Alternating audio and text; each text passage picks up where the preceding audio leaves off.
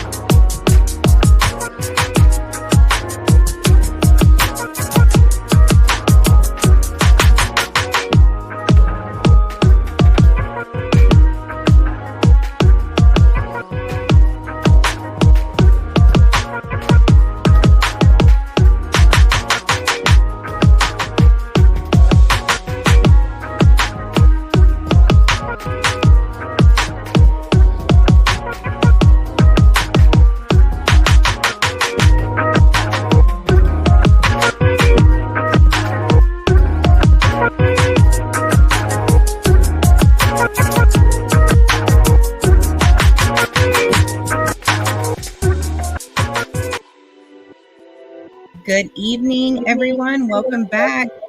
I am back with another webisode, bringing you all the details on individuals that are fighting for freedom and social injustices around the globe.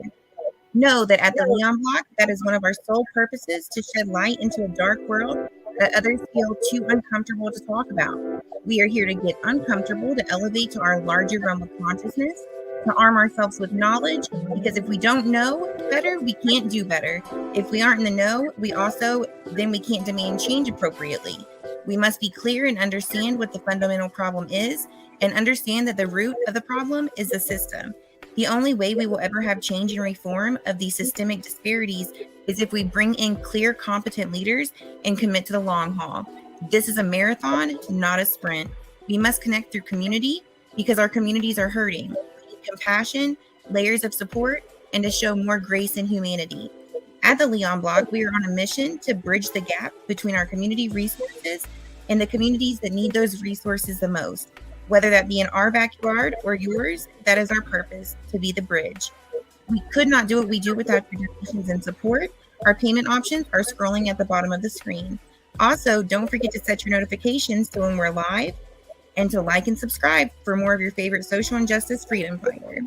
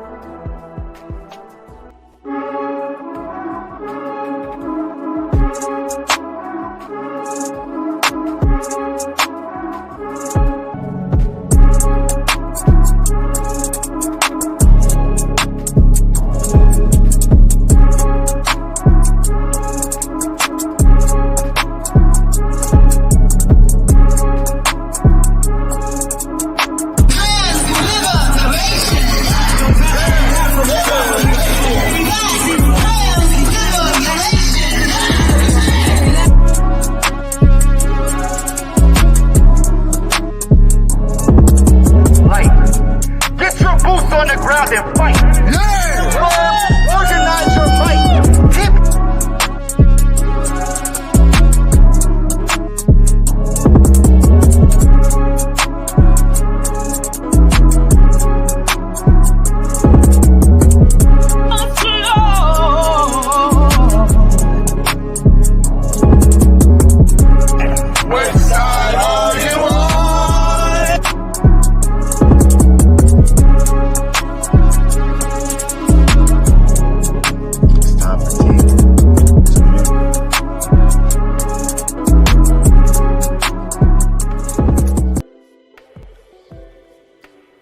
Hello. Don't forget to turn in for tea after this. We have a special guest member coming on after, and I'm welcome to tonight by John Tell as well. Thank you so much for joining me, John Tell. How are you doing? I'm doing pretty well, and thank you for having me, Meg. It's always a pleasure. I appreciate you. Yes, no problem. So tonight we're going to be digging in into the justice for Marvin Haynes. He's an individual that has been incarcerated since he was 16 years old. So that's been about 16 years as of recent. We're going to go through his case a little bit, and then you'll tune into tea later, and we're going to actually be interviewing one of his family members for more information on that as well. So we're going to jump right to the Twitter article, and this is from the eyewitness identification lineup. We're going to watch the lead detective say Marvin's name as he was called in. Why did the detective call Marvin by his name? He says Marvin, stand right here, yet another part of his entirely faulty case, that prosecuting authorities' reckless trial. So we're going to go ahead and do that now.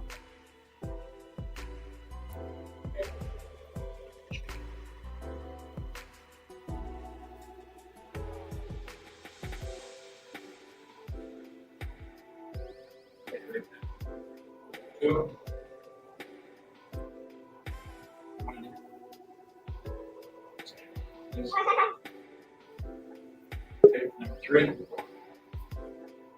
And right there. 4. Arms and right there. Oh, interesting. I heard that. 1. Stand right there. Number 6. Stand right there, please.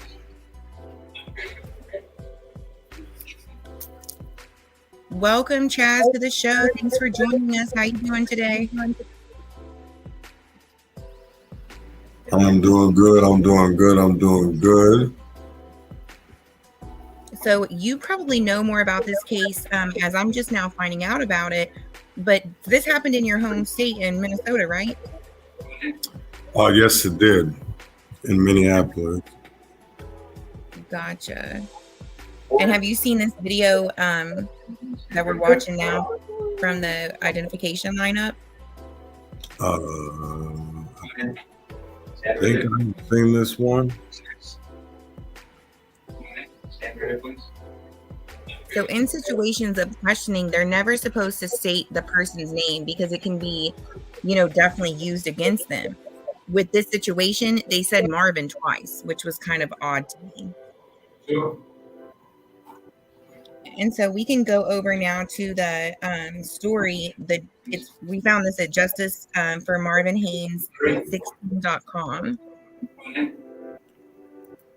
And just to give a little bit of backstory, it was September, a month all too familiar during his adolescent years, when kids are returning to school to shaping their lives for the real world. And I think this is wrote by him. So it says, I happened to be incarcerated at the Hennepin County Adult Detention Center. I was being mistreated by correctional officers for no apparent reason and being told that I would never see the light of day again. The few privileges that I was able to receive were taken away from me, all because of how the media in the state of Minnesota portrayed me as guilty, which is not so. I went from becoming familiar with my teachers, peers, and the required schoolwork needed to graduate to a 16-year-old boy suspected of murder that was broadcast on every news channel and published in the newspaper. I would like to share with you how my nightmare began. Sunday, May 16, 2004, a murder took place in a business located in Minneapolis, Minnesota. As this murder took place, one of the staff members present was able to escape and run to a neighboring house to seek help. A woman in the neighboring house called 911, and the staff was able to tell the police operator what took place and described the suspect as an African-American male, thin built, early 20s, 5'10 to 5'11, 180 pounds, with short cropped hair. After she completed the phone call, she ran back to the business to find that her coworker was unresponsive. Police arrived and did a forensic investigation for potential fingerprints. On May 17, 2004, Minneapolis police received 3 different fingerprints back from an item that the suspect had touched. However, 2 were from the detectives that investigated the scene, and the other was unidentified. Later that day, investigators made a photo lineup to show the survived witness under a new procedure being administered by the department. A sergeant not connected with the case conducted the photo lineup, not knowing that the lineup included a potential suspect. The staff present at the time was shown a group of 6 photos from the lineup where she recognized a potential suspect and identified the suspect she recognized as the shooter. Minneapolis investigators investigated the suspect identified as the shooter's whereabouts on the date of the shooting. However, investigators learned that he had allegedly been in South Dakota on the date of the crime. On May 18, 2004, Minneapolis investigators received information that made them direct their investigation towards me. On May 19, 2004, I was arrested at home. While in custody at the Minneapolis Juvenile Detention Center, I was interrogated without the presence of a guardian and fingerprint. I was never informed I was being investigated for a murder, even though the fingerprints recovered from the crime scene excluded me as a suspect in this crime. On May 20th, 2004, Minneapolis investigators elected not to follow the procedure which was in place by the police department, and the investigators connected the case, administered a photo lineup, but instead of a recent photo, a photo from 2002 was used for lineup. It was the last photo of me having short cropped hair. Later, the witness was shown on an in-person lineup, which was suggested because I was the only person addressed by name, while others included in the physical lineup were addressed by number. The witness had a difficult time identifying me as a suspect because I did not fit her initial description of the suspect, as I was 16 years old, 5'6", 145 pounds, with a natural afro about 4 inches in length. On September 2nd, 2005, I was found guilty of first-degree murder and first-degree assault and sentenced to life in prison in a case where there were no fingerprints, DNA, weapon, nor any physical evidence indicating that I had any involvement in this crime. I have worked with the Minnesota Innocence Project as an organization that assists the wrongful convicted in my countless attempts to prove my innocence. As I was being wrongfully convicted and sentenced to the judge stated, I hope Haynes finds something positive to do in prison so he can lead a constructive life once he completes his sentence. Words I will never forget, because my only constructive activities are fighting for justice. Because a part of the movement, because my constructive activities are fighting for justice, becoming a part of the movement, Justice for Marvin Haynes. So if you want to go ahead and play the lineup video. Such a sad story.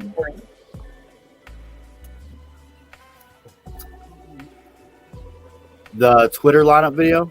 The lineup video for the Justice for Marvin Haynes 16.com.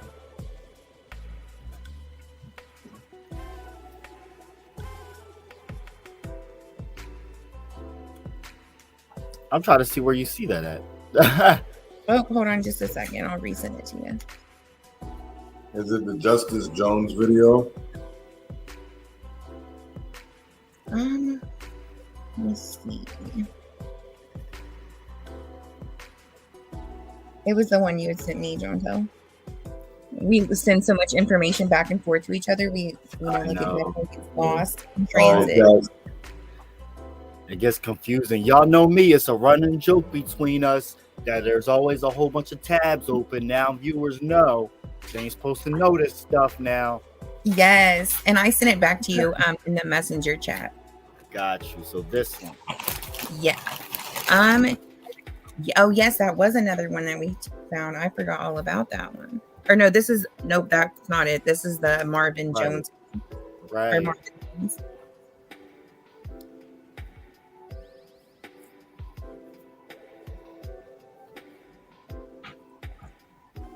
Well, I mean, we are going to be interviewing Marvin Haynes' sister. Yes. So you know what? Don't Just- even worry about that. We'll get more details and stuff from her whenever we speak to her on T here in a Yeah. little.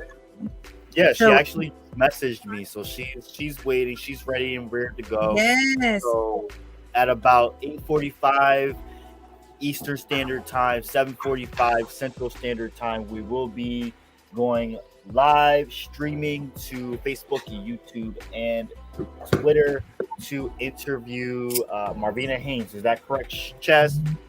Yes. And Chaz, do you know anything else about the case that we haven't spoke about regarding Marvin? There's actually some things that I want to ask Marvina when we get her on here. And for what I didn't understand is that I was reading the appeal, and that the fact that they were looking for another Marvin, that kind of, when you go to the lineup, and the fact that they never told him that they were investigating or for murder.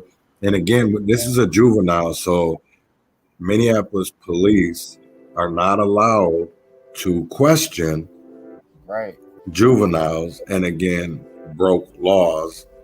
And why? And the part that frustrates me is Amy Klobuchar was involved in that case,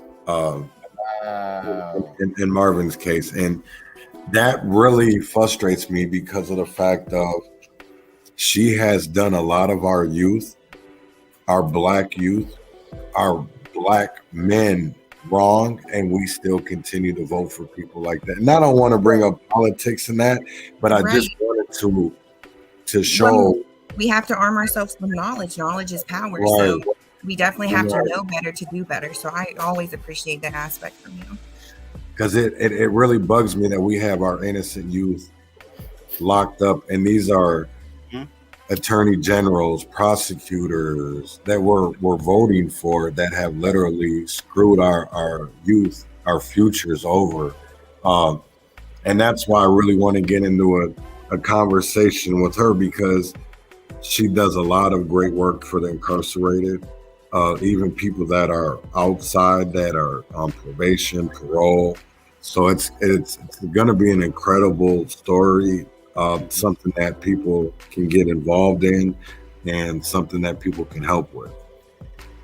Yes, thank you, Chaz. And don't forget, everybody, turn into the Urban Conservative every day via the Leon blog. Right. Pinkies up. Yes, pinkies up, bitches. And then we will be right back after a commercial break. Bones, culture of thrones, set ablaze by the majority. Tired of complacency, ready for the anarchy, 'cause what's left to lose? Everything is lost. Time to turn to the new. Stand in your ground, hold it.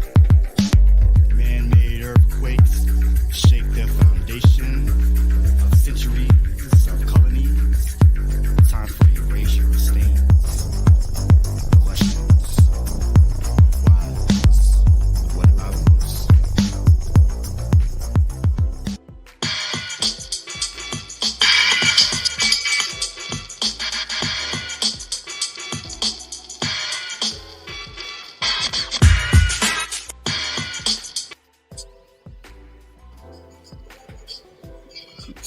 Yes, around 8:40 tonight. Super excited to hear from Marvina. Jontel, did you know anything about Marvin's case up until now? I didn't. I think I've heard. I think I've heard. Sorry, somebody just commented. I crack it up. I've heard bits and pieces. Like, it sounds very familiar, the name. So I'm sure I've come across it over the past 2 years, but I didn't know any details about the case until yesterday. Yes, So it's so crazy there's so many cases out there, and it's even our realm, that we deal with every day, but there's so many cases and that we just don't have a clue about. So it's always important for people to reach out to us, and we definitely want to hear your stories and help in any way possible. If you I'm gonna hold y'all back for a minute because you have heard about Marvin's case. If the state of America, when we did mass incarceration, Marvina was one of the people that I was trying to get on the show, and then we just couldn't get our schedules right. But to talk about Marvin's case, Yeah, so it's meant to be, guys. right? Shout out to Marvina. She's watching right now. Appreciate you, love. We will see you soon. To have you on the show and share your experiences and your testimonies with us so that more people can learn and grow and do their part to be a part of the greater community. Ain't that right, y'all? Yes. Yes. Super excited to hear her story. I couldn't imagine, her brother being yanked out of his house at 16 years old and then being incarcerated ever since. Like, there is no more definition of direct impact than that. So, I mean, that's what people need to hear is, the directed impacted individuals of this, injustice system. Gotta know better to do better, y'all. Right. And it's crazy that she's coming on because in Minneapolis, she's been in Fox 9, she's been in WCCO, she's been in CBS. She's really been a talk on Twitter. The last couple of days, I've used her clips predominantly for my shows, The Urban Conservative, to really talk about the things that are going on with people that are trying to rehabilitate their lives. The way that they have been screwed over by the system that is supposed to help and protect them. So I hope people are at 7:45, so about 15 minutes, we will be back. And Meg? Yes, sir. I look forward to it. Let's get it, everybody. Well, I thank you, gentlemen, for rocking with me tonight. It's been a pleasure. And you guys are my favorite team to rock with on Fridays. What's up? Yo, back at you. Yes. So on the path we meditate, to keep being we celebrate, for in spirit we liberate, so we may educate.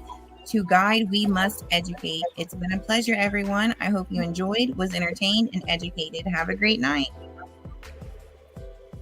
Thank you.